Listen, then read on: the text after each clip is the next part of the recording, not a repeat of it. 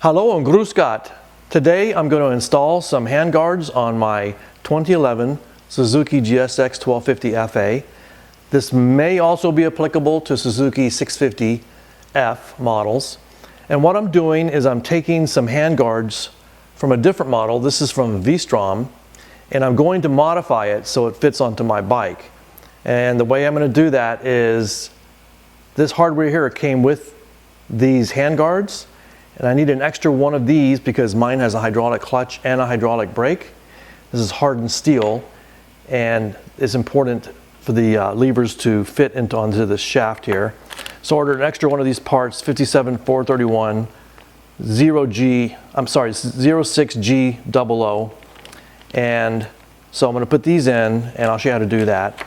And then we're going to install these handguards. I did try some Touratech ones that were made for my bike. I wasn't pleased with the fit. I'm kind of a perfectionist, and until Suzuki or somebody like LSL comes out with a solution, then this is going to be my intermediate solution, and I think it'll work just fine. So I'll show you how we're going to do that next. Okay, I'm going to start with putting a handguard on the right side. I pulled this end piece off. It basically just has a bolt that goes in it and you pull it out. And the kit comes with these other bolts, but they're going to be too long. I'm going to have to shorten them by about 15 or 16 millimeters. I've already pre-measured. So I'll do that in a moment, but I'll kind of give you a hint of how this works here. The kit comes with this piece, and it's going to go here, and then this is going to go like this, and this end's going to attach to it. And here, this is going to go just like that. It's going to look awesome. Now, in order to make that work, what I have to do is I have to take this piece out here and install this piece. So that's the first thing I'm going to do on the right side. But in addition to that, I have to make this hole bigger here so that it'll fit over this piece. This piece is actually going to stick through the hole, because when you put this in, it's going to snug down. It's threaded at the bottom, and so this piece is going to stick up here, and so I want this to slide over it so that if I need to, I can secure it from the top. And I have some washers and things, I'll secure it from the bottom. So I'm going to actually grind this out with a grinder on my drill. It looks like this, and I'm just going to take it and make the hole bigger, little by little. And what I'll do is I'll test it as I make it bigger.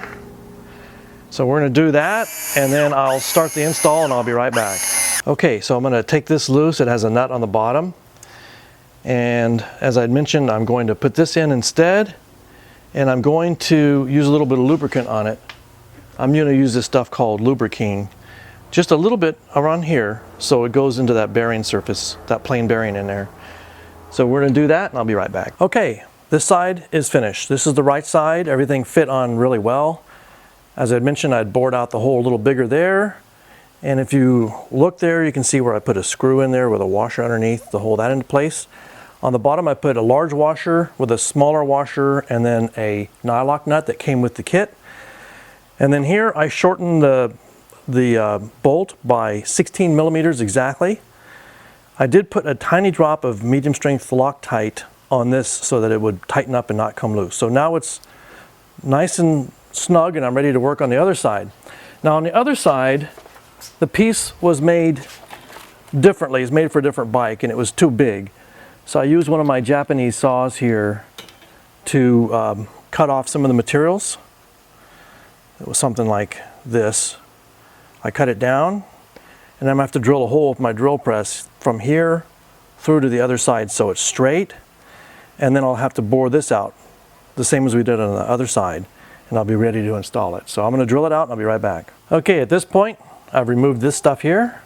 I put this on a drill press and I drilled straight through such that this bolt will now go in here straight, and I'll be able to put it in like that. So it's going to replace this piece. So I'm going to take this out, put this in, fasten this on, and I'll be right back. Okay, at this point we've finished attaching this. I'm not sure what I'm going to do here. This kind of gives me an option to actually attach an attachment of some kind at some future date, so I might just leave that open, or I might put a screw in there. Don't really know yet, but this is nice and sturdy. I think it looks great. I got the bar ends put in on both ends. I did end up cutting each of these bolts down by 16 millimeters I used a carbide saw to do that, and it looks good for clearances pretty much. Hits the mirror over there, but that's no problem. I can move the mirror back and adjust it like that. No big deal. Looks good.